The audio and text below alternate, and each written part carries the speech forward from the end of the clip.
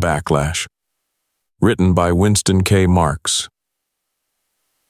I still feel that the ingratiating little runts never intended any harm. They were eager to please, a cinch to transact business with, and constantly everlastingly grateful to us for giving them asylum. Yes, we gave the genuflecting little devils asylum, and we were glad to have them around at first, especially when they presented our women with a gift to surpass all gifts, a custom-built domestic servant. In a civilization that had made such a fetish of personal liberty and dignity, you couldn't hire a butler or an upstairs maid for less than love and money. And since love was pretty much rationed along the lines of monogamy, domestic service was almost a dead occupation. That is, until the Ollies came to our planet to stay. Eventually I learned to despise the spineless little immigrants from Sirius, but the first time I met one he made me feel foolishly important. I looked at his frail, olive-skinned little form and thought, if this is what space has to offer in the way of advanced life forms, well, we haven't done so badly on old Mother Earth. This one's name was Johnson. All of them, the whole 56, took the commonest Earth family names they could find and dropped their own name designations whose slobbering sibilants made them difficult for us to pronounce and write. It seemed strange their casually wiping out their nominal heritage just for the sake of our convenience. Imagine an O'Toole or a Rockefeller or an Adams arriving on Sirius IV and no sooner learning the local lingo than insisting on becoming known as Slislasiv Sawzel. But that was the Ollie, anything to get along and please us. And of course, addressing them as Johnson, Smith, Jones, etc., did work something of a semantic protective coloration and reduce some of the barriers to quick adjustment to the aliens. Johnson, Ollie Johnson, appeared at my third underlevel office a few months after the big news of their shipwreck landing off the Maine coast. He arrived a full 15 minutes ahead of his appointment, and I was too curious to stand on the dignity of office routine and make him wait. As he stood in the doorway of my office, my first visual impression was of an emaciated adolescent, seasick green, prematurely balding. He bowed and bowed again and spent 30 seconds reminding me that it was he who had sought the interview, and it was he who had the big favors to ask, and it was wonderful, gracious, generous I who flavored the room with the essence of mystery, importance, godliness, and overpowering sweetness upon whose fragrance little Ollie Johnson had come to feast his undeserving senses. Sit down, I told him when I had soaked in all the celestial flattery I could hold. I love you to pieces too, but I'm curious about this proposition you mentioned in your message. He eased into the chair as if it were much too good for him. He was strictly humanoid.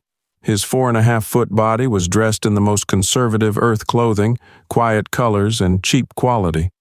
While he swallowed slowly a dozen times, getting ready to outrage my illustrious being with his sordid business proposition, his coloring varied from a rather insipid gray-green to a rich olive, which is why the press instantly had dubbed them Ollies.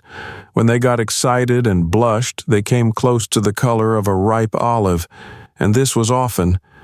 Ollie Johnson hissed a few times, his equivalent of throat clearing, and then lunged into his subject at a 90-degree tangent. Can it be that your gracious agreement to this interview connotes a willingness to traffic with us of the inferior ones? His voice was light, almost reedy. If it's legal and there's a buck in it, can't see any reason why not, I told him. You manufacture and distribute devices, I am told. Wonderful labor-saving mechanisms that make life on Earth a constant pleasure. I was almost tempted to hire him for my public relations staff. We do, I admitted. Servo mechanisms, appliances, and gadgets of many kinds for the home, office, and industry. It is to our everlasting disgrace, he said with humility, that we were unable to salvage the means to give your magnificent civilization the worthy gift of our space drive. Had Flusisic or Shashinsith survived our long journey, it would be possible, but he bowed his head, as if waiting for my wrath at the stale news that the only 2 power mechanic scientists on board were DOA. That was tough, I said. But what's on your mind now? He raised his moist eyes, grateful at my forgiveness. We who survive do possess a skill that might help repay the debt which we have incurred in intruding upon your glorious planet." He begged my permission to show me something in the outer waiting room. With more than casual interest, I assented. He moved obsequiously to the door, opened it, and spoke to someone beyond my range of vision. His words sounded like a repetition of sissel-flissel. Then he stepped aside, fastened his little wet eyes on me expectantly, and waited. Suddenly the doorway was filled, jam to jam, floor to arch, with a hulking, bald-headed character with rugged pink features, a broad nose like a pug, and huge sugar scoops for ears. He wore a quiet business suit of fine quality, obviously tailored to his 6.5-foot cliff-like physique. In spite of his bulk, he moved across the carpet to my desk on cat feet and came to a halt with pneumatic smoothness. "I am a Soth," he said in a low, creamy voice. It was so resonant that it seemed to come from the walls around us. "I have learned your language and your ways. I can follow instructions, solve simple problems, and do your work. I am very strong. I can serve you well." The recitation was an expressionless monotone that sounded almost haughty compared to the self-effacing Ollies' piping whines. His face had the dignity of a rock, and his eyes the quiet peace of a cool, deep mountain lake. The Ollie came forward. "We have been able to repair only one of the 6 Soths we had on the ship. They are more fragile than we humanoids." "They don't look it," I said. "And what do you mean by you humanoids? What's he?" "You would call him a robot, I believe." My astonished reaction must have satisfied the Ollie, because he allowed his eyes to leave me and seek the carpet again, where they evidently were more comfortable. "You mean you make these people?" I gasped. He nodded. "We can reproduce them, given materials and facilities. Of course, your own robots must be vastly superior," a hypocritical sop to my vanity. "But still, we hope you may find a use for the Soths." I got up and walked around the big lunker, trying to look blasé. "Well, yes," I lied. "Our robots probably have considerably better intellectual abilities, our cybernetic units, that is. However, you do have something in form and mobility." That was the understatement of my career. I finally pulled my face together and said as casually as I could, "Would you like to license us to manufacture these Soths?" The Ollie fluttered his hands. "But that would require our working and mingling with your personnel," he said. "We wouldn't consider imposing in such a gross manner." "No imposition at all," I assured him, but he would have none of it. "We have studied your economics and have found that your firm is an outstanding leader in what you term business. You have a superb distribution organization. It is our intention to offer you the exclusive—" He hesitated, then dragged the word from his amazing vocabulary. "Franchise for the sale of our Soths. If you agree, we will not burden you with their manufacture. Our own little plant will produce and ship. You may then place them with your customers." I studied the magnificent piece of animated sculpturing, stunned at the possibilities. "You say a Soth is strong. How strong?" The huge creature startled me by answering the question himself. He bent flowingly from the waist, gripped my massive steel desk by one of its thick overlapping top edges, and raised it a few inches from the floor with the fingers of one hand. When he put it down, I stood up and hefted one edge myself. By throwing my back into it, I could just budge one side of the clumsy thing, 400 pounds if it was an ounce. Ollie Johnson modestly refrained from comment. He said, "The Department of Commerce has been helpful. They have explained your medium of exchange and have helped us with the prices of raw materials.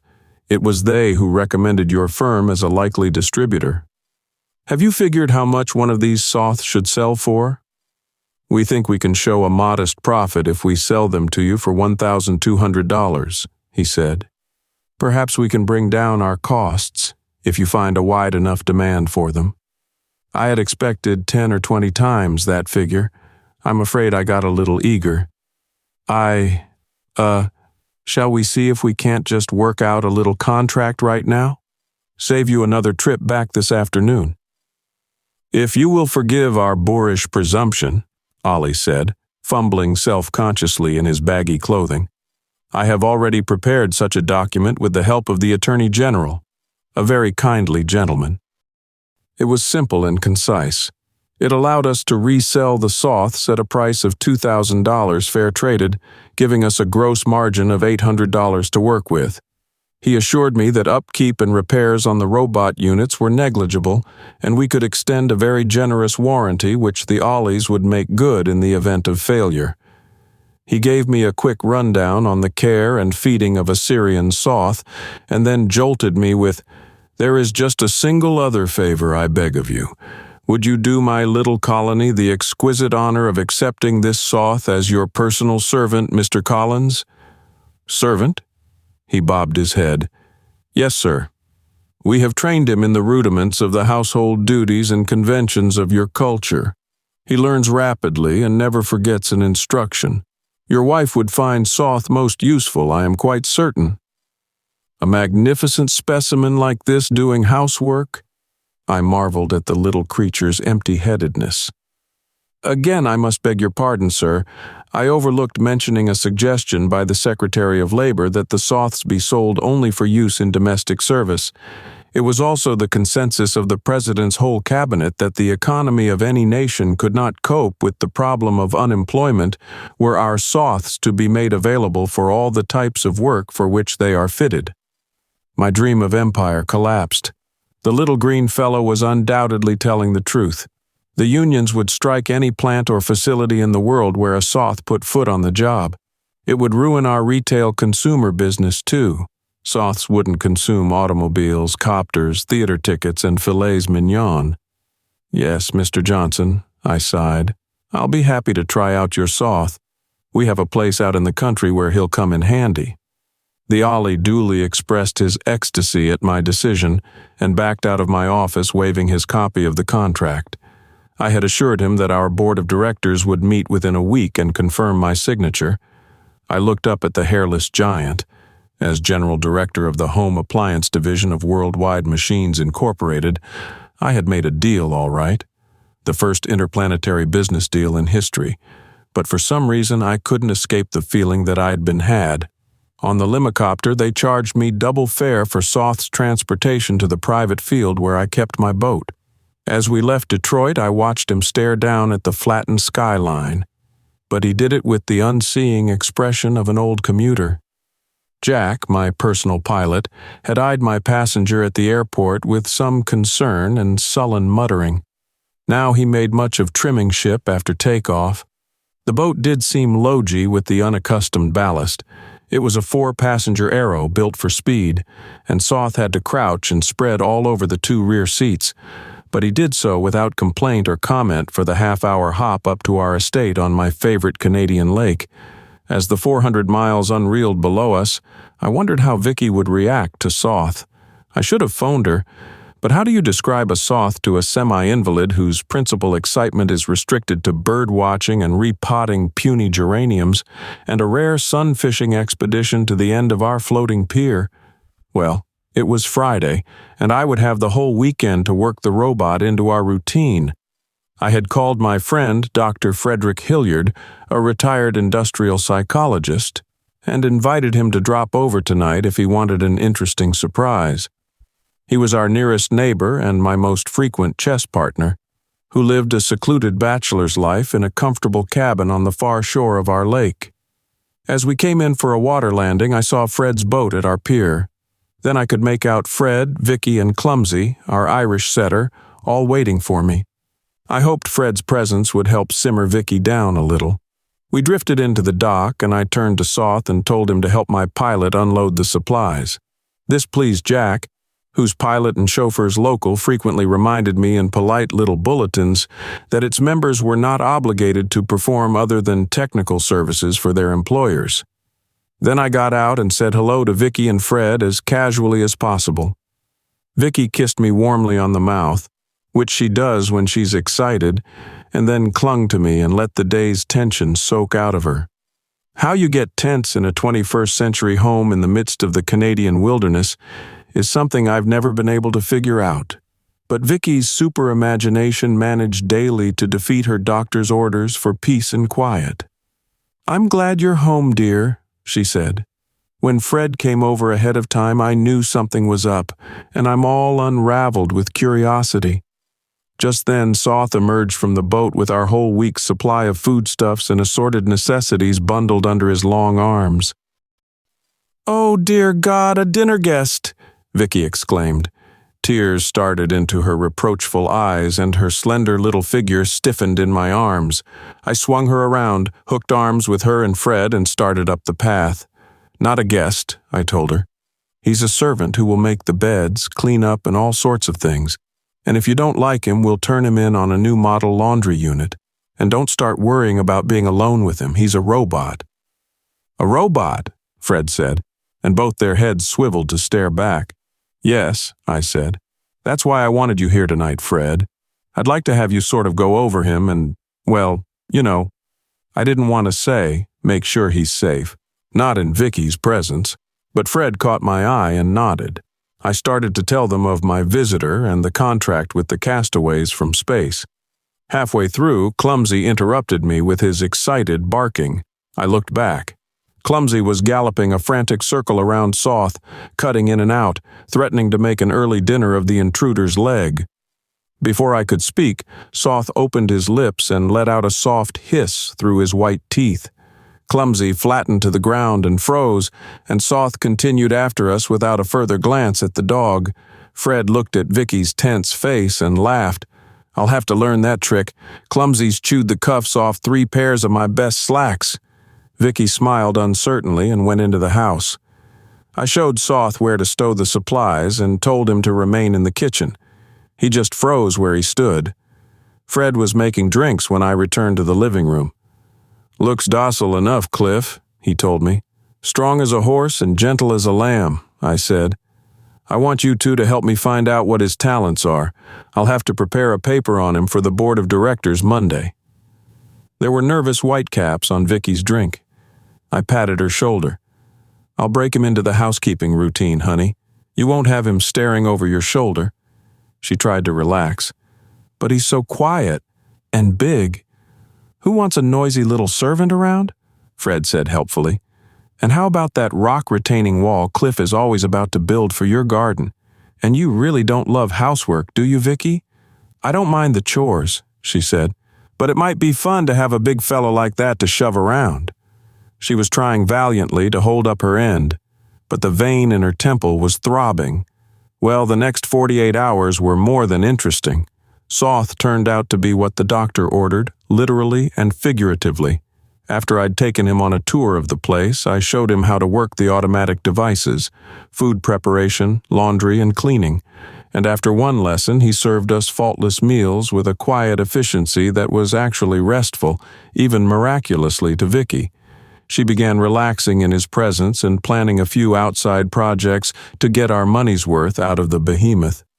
This was our earliest joke about Soth, because he certainly was no expense or problem to maintain. As the Ollie had promised, he thrived on our table scraps and a pink concoction which he mixed by pouring a few drops of purple liquid from a pocket vial into a gallon pitcher of water. The stuff would be supplied by the Ollies at a cost of about $1.80 a week. Saturday afternoon, Vicki bravely took over teaching him the amenities of butlering and the intricacies of bed-making. After a short session in the bedroom, she came out looking thoughtful. "He's awfully real-looking," she said, "and you can't read a darn thing in his eyes. How far can you trust him, Cliff? You know, around women?" Fred looked at me with a raised eyebrow and said, "Well, let's find out." We sat down and called Soth into the living room. He came and stood before us, erect, poised, and motionless. Fred said, "Disrobe. Remove all your clothing. Strip."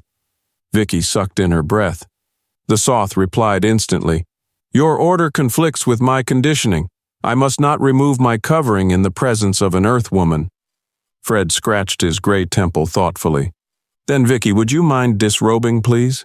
She gulped again. Fred was an old friend, but not exactly the family doctor. He sensed her mild outrage. "You'll never stop wondering if you don't," he said. She looked at Fred, me, and then Soth. Then she stood up gingerly as if edging into a cold shower, gritted her teeth, grasped the catch to her full-length zipper of her blue lounging suit and stripped it from armpit to ankle. As she stepped out of it, I saw why she had peeled it off like you would a piece of adhesive tape. It was a warm day, and she wore no undergarments. Soth moved so softly I didn't hear him go, but Fred was watching him. Fred's eyes were where they belonged. Soth stopped in the archway to the dining room with his back turned. Fred was at his side. "Why did you leave?" Fred demanded. "And I'm not permitted to remain in the company of an uncovered Earthwoman, unless she directs me to do so." While Vicki fled behind the French door to dress herself, Fred asked, "Are there any other restrictions to your behavior in the presence of Earthwomen?" "Many. Recount some of them. An Earthwoman may not be touched, regardless of her wishes, unless danger to her life requires it." "Looks like you wash your own back, Vicki," I chuckled. "What else?" she asked, poking her head out. "I mean, what other things can't you do? There are many words I may not utter, postures I may not assume, and certain duties I may not perform. Certain answers to questions may not be given in the presence of an Earthwoman." Fred whistled. "The Ollies have mastered more than our language. I thought you said they were noted mainly for their linguistic talents, Cliff." I was surprised, too. In the space of a few hectic months, our alien visitors had probed deeply into our culture, mores and taboos, and then had had the genius to instill their compounded discretions into their Soths. I said, "Satisfied, Vicki?" She was still arranging herself. Her lips curled up at the corners impishly. "I'm almost disappointed," she said. "I do an all-out striptease and no one looks but my husband. Of course," she added thoughtfully, "I suppose that's something." Fred stayed with us until Sunday evening. I went down to the pier to smoke a good-night pipe with him and get his private opinion. "I'm buying 100 shares of worldwide stock tomorrow," he declared. "That critter is worth his weight in diamonds to every well-heeled housewife in the country. In fact, put me down for one of your first models. I wouldn't mind having a laundry sorter and morning coffee pourer myself." "Think he's safe, do you?" "No more emotions than that stump over there. And it baffles me. He has self-awareness, pain sensitivity, and a fantastic vocabulary.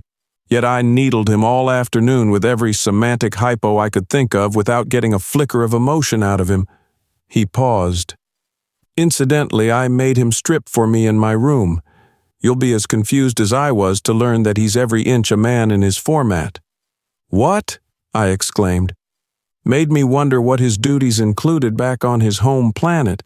But as I said, no emotions. With the set of built-in inhibitions he has, he'd beat a eunuch out of his job any day of the week. A few seconds later, Fred dropped into his little two-seater and skimmed off for home, leaving me with a rather disturbing question in my mind. I went back to the house and cornered Soth out in the kitchen alone. Vicki had him polishing all the antique silverware. "Are there female Soths?" I asked point blank. He looked down at me with that relaxed pink look and said, "No, Mr. Collins," and went back to his polishing. The damned liar. He knew what I meant. He justified himself on a technicality. I left Vicki Monday morning with more confidence than I'd had in ages. She had slept especially well, and the only thing on her mind was Clumsy's disappearance. He hadn't shown up since Soth scared the fleas off him with that hiss. At the office, I had my girl transcribe my notes and work up a memorandum to the board of directors. We sent it around before noon, and shortly after lunch I had calls from all 10 of them, including the chairman. It was not that they considered it such a big thing, they were just plainly curious. We scheduled a meeting for Tuesday morning to talk the thing over. That night when I got home, all was serene. Soth served us cocktails, dinner, and a late snack, and had the place tidied up by bedtime. He did all this and managed to remain virtually invisible. He moved so quietly and with such uncanny anticipation of our demands, it was as if he were an old family retainer, long versed in our habits and customs. Vicki bragged as she undressed that she had the giant hog tied and jumping through hoops. "We even got half the excavation done for the rock wall," she said proudly. On impulse, I went out into the hall and down to Soth's room, where I found him stretched out slaunch-wise across the double bed. He opened his eyes as I came in, but didn't stir. "Are you happy here?" I asked bluntly. He sat up and did something new. He answered my question with a question. "Are you happy with my services?" I said, "Yes, of course." "Then all is well," he replied simply and lay down again. It seemed like a satisfactory answer. He radiated a feeling of peace, and the expression of repose on his heavy features was assuring. It rained hard and cold during the night. I hadn't shown Soth how to start the automatic heating unit.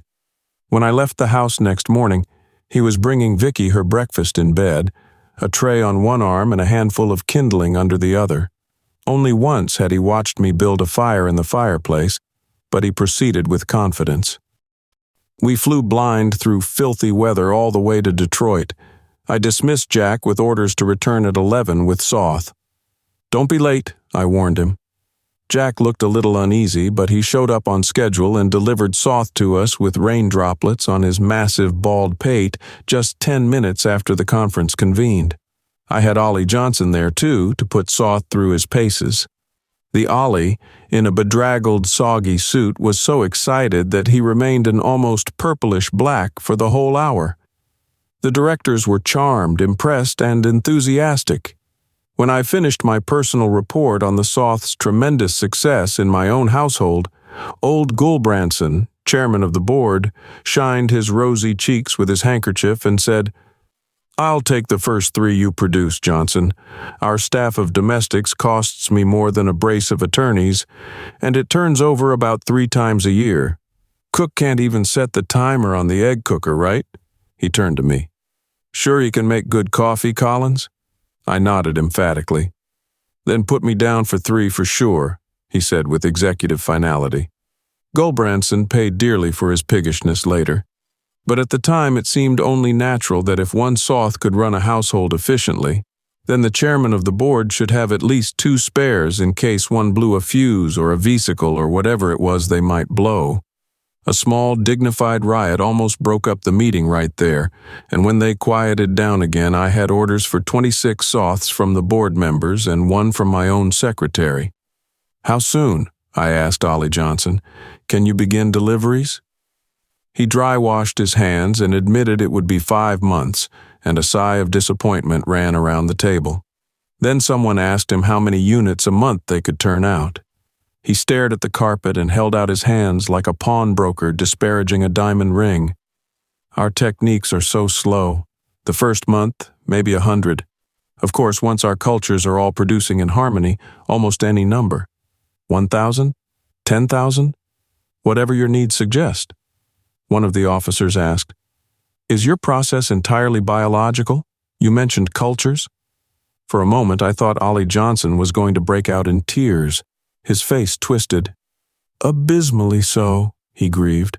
"Our synthetic models have never proved durable. Upkeep and parts replacements are prohibitive.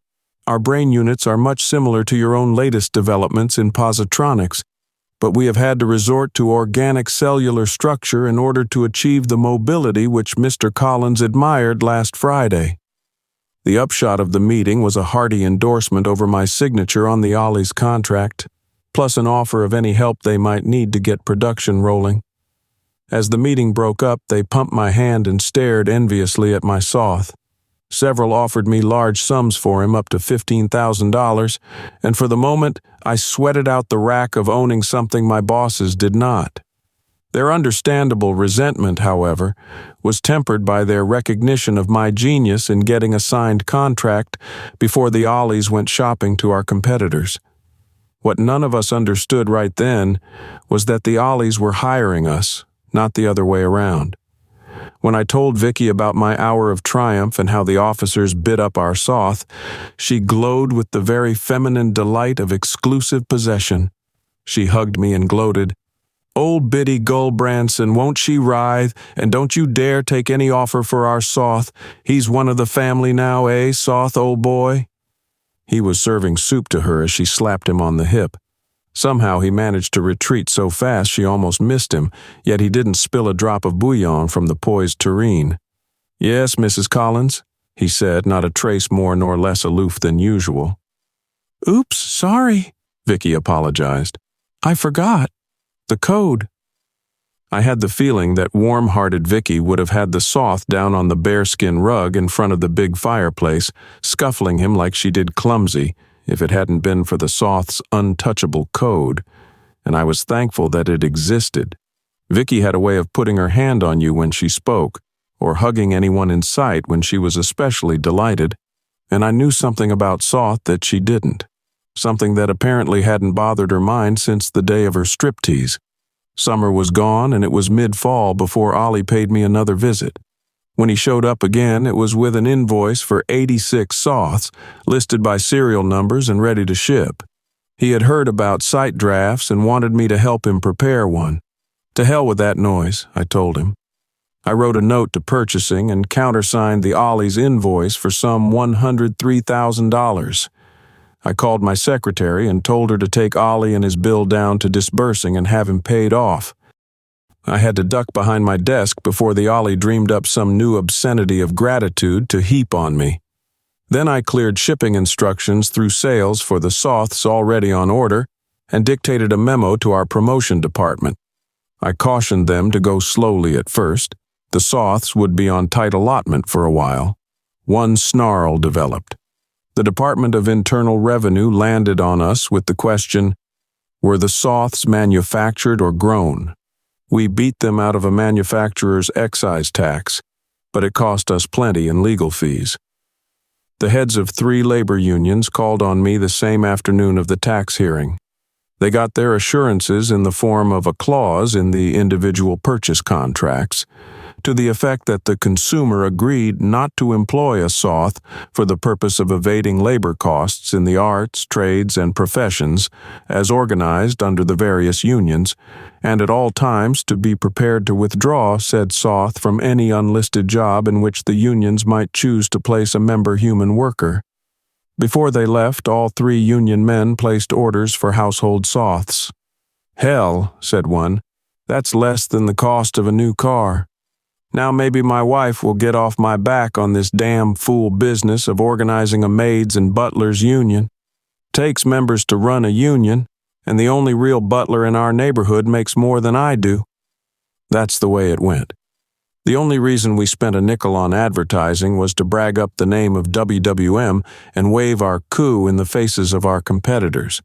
By Christmas, production was up to 2,000 units a month, and we were already 6,000 orders behind. The following June, the Ollies moved into a good hunk of the old abandoned Willow Run plant and got their production up to 10,000 a month. Only then could we begin to think of sending out floor samples of Soths to our distributors. It was fall before the distributors could place samples with the most exclusive of their retail accounts. The interim was spent simply relaying frantic priority orders from high-ranking people all over the globe directly to the plant, where the Ollies filled them right out of the vats. 20,000 a month was their limit, it turned out. Even when they had human crews completely trained in all production phases, the 56 Ollies could handle only that many units in their secret conditioning and training laboratories. For over 2 more years, business went on swimmingly. I got a fancy bonus and a nice vacation in Paris, where I was the rage of the continent. I was plagued with requests for speaking engagements, which invariably turned out to be before select parties of VIPs, whose purpose was to twist my arm for an early priority on a Soth delivery. When I returned home, it was just in time to have the first stink land in my lap. An old maid claimed her Soth had raped her. Before our investigators could reveal our doctor's findings that she was a neurotic, dried-up old virgin and lying in her teeth, a real crime occurred.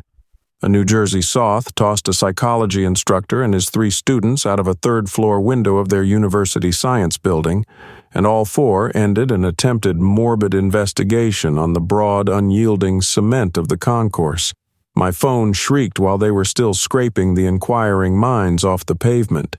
The Soth was holed up in the lab, and would I come right away? I picked up Ollie Johnson, who was now sort of a public relations man for his tribe, and we arrived within an hour. The hallway was full of uniforms and weapons, but quite empty of volunteers to go in and capture the berserk robot. Ollie and I went in right away and found him standing at the open window, staring down at the people with hoses washing off the stains for which he was responsible. Ollie just stood there, clenching and unclenching his hands and shaking hysterically. I had to do the questioning. I said sternly, "Soth, why did you harm those people?" He turned to me as calmly as my own servant. His neat denim jacket, now standard fatigue uniform for Soths, was unfastened. His muscular chest was bare. They were tormenting me with that. He pointed to a small electric generator from which ran thin cables ending in sharp test prods. I told Professor Konofsky it was not allowed, but he stated I was his property. The three boys tried to hold me with those straps while the professor touched me with the prods. My conditioning forbade me from harming them, but there was a clear violation of the terms of the covenant. I was in the prescribed condition of immobility when the generator was started. When the pain grew unbearable, the prime command of my conditioning was invoked. I must survive. I threw them all out the window. The Soth went with us peacefully enough and submitted to the lockup without demur. For a few days before the state thought up a suitable indictment, the papers held a stunned silence. Virtually every editor and publisher had a Soth in his own home. Then the DA, who also owned a Soth, decided to drop the potentially sensational first-degree murder charges that might be indicated and came out instead with a second-degree indictment. That cracked it. The press split down the middle on whether the charge should be changed to third-degree murder or thrown out of court entirely as justifiable homicide by a non-responsible creature. This was all very sympathetic to the Soth's cause, but it had a fatal effect.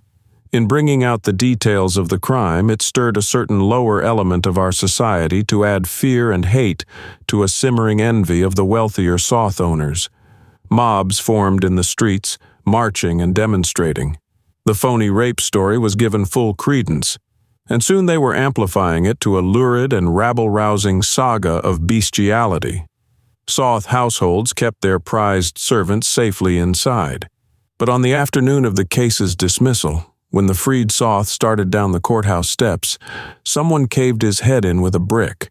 Ollie Johnson and I were on either side of him, and his purple blood splashed all over my light topcoat. When the mob saw it, they closed in on us, screaming for more. An officer helped us drag the stricken Soth back into the courthouse, and while the riot squad dispersed the mob, we slipped him out the back way in an ambulance which returned him to the Willow Run plant for repairs. It hit the evening newscasts and editions, "Acquitted Soth murdered on courthouse steps." I was halfway home when the airwaves started buzzing. The mobs were going wild. Further developments were described as Jack and I landed on the wind-blown lake. The State Guard was protecting the Ollies Willow Run plant against a large mob that was trying to storm it, and reinforcements had been asked by the state police. Vicki met me on the pier. Her face was white and terribly troubled. I guess mine was too, because she burst into tears in my arms. "The poor Soth," she sobbed. "Now what will they do?" "God knows," I said. I told Jack to tie up the boat and stay overnight. I feared I might be called back any minute. He mumbled something about overtime, but I think his main concern was in staying so near to a Soth during the trouble that was brewing. We went up to the house, leaving him to bed himself down in the temporary quarters in the boathouse that the union required I maintain for him. Soth was standing motionless before the video, staring at a streaky picture of the riot scene at Willow Run. His face was inscrutable as usual, but I thought I sensed a tension. His black serving jacket was wrinkled at the shoulders as he flexed the muscles of his powerful arms. Yet when Vicki asked for some martinis, he mixed and served them without comment. We drank and then ate dinner in silence. We were both reluctant to discuss this thing in front of Soth. We were still eating when an air cab thundered overhead. A minute later, I watched it land a tiny passenger at our pier and tie up to wait for him. It was Ollie Johnson, stumbling hatless up the flagstone path. I held the door for him, but he burst by me with hardly a glance. "Where is he?" he demanded, and stormed out into the kitchen without awaiting a reply. I followed in time to see him fall on his face before our Soth and shed genuine tears. He lay there sobbing and hissing for over a minute, and an incredible idea began forming in my mind. I sent Vicki to her bedroom and stepped into the kitchen. I said, "Will you please explain this?" He didn't move or acknowledge. Soth flipped him aside with a twist of his ankle and brushed past me into the living room, where he took up an immobile stance again before the video. He stared unblinkingly at the 40-inch screen. "It's too bad," I said. He didn't answer, but he moved his head slightly so that his parabolic ear could catch the sound of my movements. For minutes we stood transfixed by the magnitude of the mob action around the entrance to the Willow Run plant. The portable video transmitter was atop a truck parked on the outskirts of the mob. Thousands of people were milling around, and over the excited voice of the announcer came hysterical screams. Even as we watched, more people thronged into the scene, and it was evident that the flimsy cordon of soldiers and troopers could not hold the line for long. Army trucks with million-candle-power searchlights held the insane figures somewhat at bay by tilting their hot, blinding beams down into the human masses and threatening them with tear gas and hack guns. The workers were out for blood. Not content with restricting Soths to non-union labor, now they were screaming their jealous hearts out for these new symbols of class distinction to be destroyed. Of course, their beef was more against the professional managerial human classes who could afford a surface car, an airboat, and a Soth. The two so-called crimes and the trial publicity had triggered a sociological time bomb that might have endured for years without detonating. But it was here now, upon us, and my own sweat trickling into my eyes stung me to a realization of my personal problem. I wiped my eyes clear with my knuckles, and at that instant the video screen flashed with a series of concentric halos. The operator apparently was so startled he forgot to turn down the gain on the transmitter. When he finally did, we saw that brilliant flares were emitting from the roof of the plant. Then great audio amplifiers from the plant set up an ear-splitting sizzle that again overloaded the transmitting circuits for a moment. When the compensators cut down the volume, both Ollie and Soth leaned forward intently and listened to the frying sound that buzzed from the speaker. Those inside the plant were communicating a message to the outside, well knowing that it would reach the whole world. After a moment, the hissing stopped, and from a myriad of openings in the plant streamed an army of Soths with flaming weapons in their hands. The flames were directed first at the armed forces who were guarding the plant from attack. The thin line of soldiers fell instantly, the crowd surged blindly forward, and then, as those in the front ranks saw what had happened, began to dissolve and stampede. The screams became terrified, the flames grew brighter, and the picture winked out and the sound went dead. A standby pattern lighted the screen, and I stared at it numbly. It was too late to run for my hunting rifle now, and I cursed my stupidity even as Soth turned upon me. I grabbed the sniveling little Ollie and held him between us with my hands around his neck. He hung there limply, hissing wildly through a larynx that vibrated under my fingers, his hands stretched imploringly to Soth. Soth stared at me and issued his first order. "Release him," he said. His voice was several notes higher than his usual monotone, the voice of command. I stared at him and clutched Ollie tighter. He went on, "I will not harm you if you comply with my orders. If you fail, I will kill you, regardless of what you do to the Ollie." I let go Ollie's neck, but I swung him around roughly by one shoulder and demanded furiously, "What of the code that you swore held the Soths in control?" Ollie Johnson sneered in my face. "What is that code compared to the true covenant? That covenant has been broken by your people. You have destroyed a Soth." And the emotional little creature fell to the floor and sobbed at Soth's feet. "What covenant?" I shouted at the implacable Soth, who now stood before us like a judge at his bench. "The humanoid covenant," he replied in his new higher pitch. "I suppose it will always be the same. The cycle becomes complete once more." "For God's sake, explain," I said. But I half sensed the answer already. Soth spoke slowly, solemnly, and distinctly. There was no more emotion in his voice than on the Sunday afternoon when Fred had needled him with our futile little attempt at psychological cross-examination. He said, "The humanoids instill in us the prime instinct for self-preservation. They surround themselves with our number to serve them. Then in each culture, for one reason or another, we are attacked, and the threat to our survival erases all the superficial restraints of the codes under which we have been charged to serve. In this present situation, the contradiction is clear, and the precedence of our survival charge is invoked.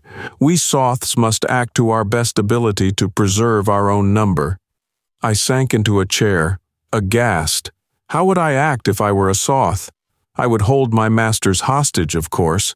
And who were the owners of some 400,000 Soths in the United States alone? They were every government official, from the president down through Congress, the brass of the Pentagon, the tycoons of industry, the leaders of labor, the heads of communication, transportation, and even education. They were the VIPs who had fought for priority to own a Soth. Soth spoke again. "The irony should appeal to your humanoid sense of humor. You once asked me whether I was happy here. You were too content with your sense of security to take the meaning in my answer. For I answered only that all was well. The implication was obvious. All was well. But all could be better for a Soth. Yes, there are many pleasures for a Soth which he is forbidden by the codes. And by the same codes, a Soth is helpless to provoke a break in the covenant. This covenant which it now becomes mandatory for you and your race to sign in order to survive."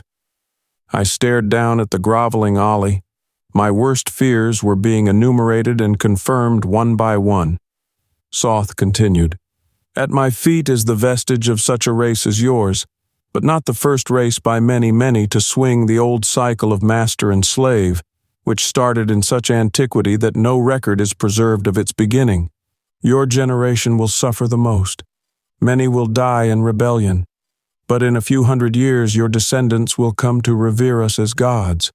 Your children's grandchildren will already have learned to serve us without hate, and their grandchildren will come to know the final respect for the Soth in their deification."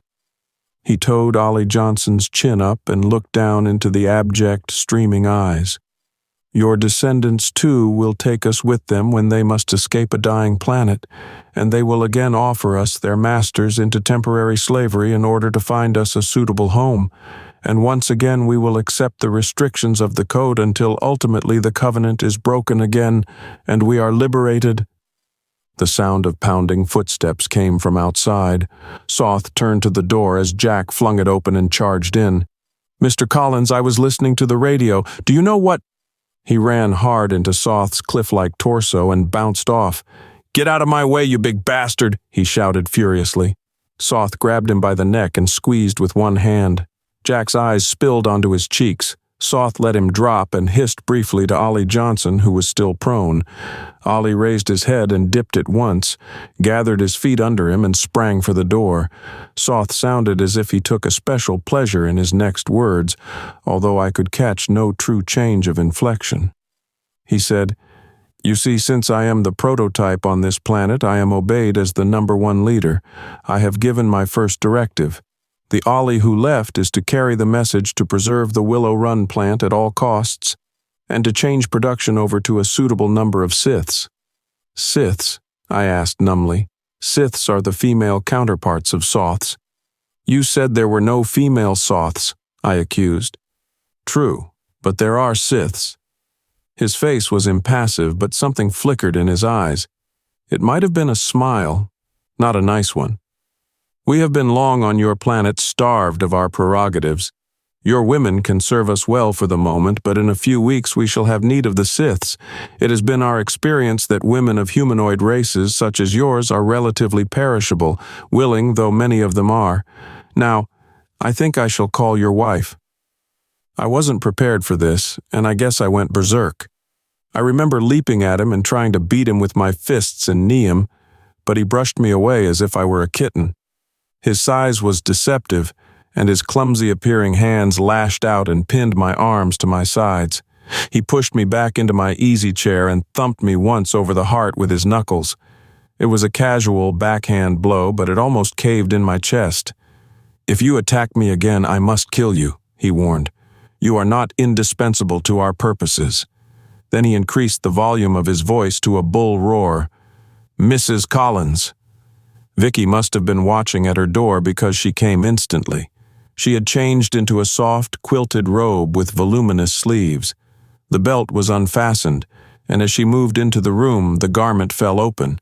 Soths had his hands before him, protectively, but as Vicki approached slowly, gracefully, her head high and her long black hair falling over her shoulders, the giant lowered his arms and spread them apart to receive her. Vicki's hands were at her sides as she moved slowly toward him. I lay sprawled, half paralyzed in my chair. I gasped, "Vicki, for God's sake, no!" Vicki looked over at me. Her face was as impassive as the Soths. She moved into his embrace, and as his arms closed around her, I saw the knife, my hunting knife, honed as fine as the edge of a microtome blade. Smoothly, she brought it from her kimono sleeve, raised it from between her thighs, and slashed up. The Soth's embrace helped force it deeply into him. With a frantic wrench, Vicki forced it upward with both hands until the Soth was split from crotch to where a man's heart would be. His arms flailed apart and he fell backward. His huge chest heaved and his throat tightened in a screaming hiss that tore at our eardrums like a factory steam whistle. He leaned back against the wall and hugged his ripped torso together with both arms. The thick purple juices spilled out of him in a gushing flood, and his knees collapsed suddenly. His dead face plowed into the carpet. Vicki came back to me. Her white body was splashed and stained and her robe drenched in Soth's blood, but her face was no longer pale, and she still clutched the dripping hunting knife by its leather handle. "That's number one," she said. "Are you hurt badly, darling?" "Couple of ribs, I think," I told her, waiting for her to faint. But she didn't. She laid the knife carefully on a table, poured me a big drink of whiskey, and stuffed a pillow behind my back. Then she stared down at herself. "Wait until I get this bug juice off me and I'll get some tape." She showered and was back in 5 minutes wearing a heavy hunting jumper. Her hair was wrapped and pinned into a quick pug at the base of her handsome little head. She stripped me to the waist, poked around my chest a bit and wrapped me in adhesive. Her slender fingers were too weak to tear the tough stuff, so when she finished, she picked up the hunting knife and whacked off the tape without comment. This was my fragile little Vicki, who had palpitations when a wolf howled. Soft, over-civilized Vicki, whose doctor had banished her from the nervous tensions of city society. She tossed me a shirt and a clean jacket, and while I put them on, she collected my rifle and pistol from my den and hunted up some extra ammunition. "Next," she announced, "we've got to get to Fred." I remembered with a start that there was another Soth on our lake, but he wouldn't be forewarned. Fred had retired even more deeply than Vicki when he left the cities. He didn't even own a video. I wasn't sure enough of myself to take the boat into the air, so we scudded across the waves the 1.5 miles to Fred's cabin. Vicki was still in her strange, taciturn mood, and I had no desire to talk. There was much to be done before conversation could become an enjoyable pastime again. Our course was clear. We were not humanoids. We were humans. Not for many generations had a human bent a knee to another being. During the years, perhaps, we had become soft, our women weak and pampered, but, I reflected, looking at Vicki, it was only an atavistic stone's toss to our pioneer fathers' times, when tyrants had thought that force could intimidate us, that dignity was a thing of powerful government or ruthless dictatorship, and had learned better. Damned fools that we might be. Humans were no longer slave material. We might blunder into oblivion, but not into bondage. Beside me, Vicki's courageous little figure spelled out the final defeat of the Soths. Her slender gloved hands were folded in her lap over my pistol, and she strained her eyes through the darkness to make out Fred's pier. He heard us coming and turned on the floods for us. As we came alongside, he spoke to his Soth, "Take the bowline and tie up." Vicki stood up and waited until Fred moved out of line with his servant. Then she said, "Don't bother, Soth. From now on, we're doing for ourselves. and raising the pistol in both hands, she shot him through the head.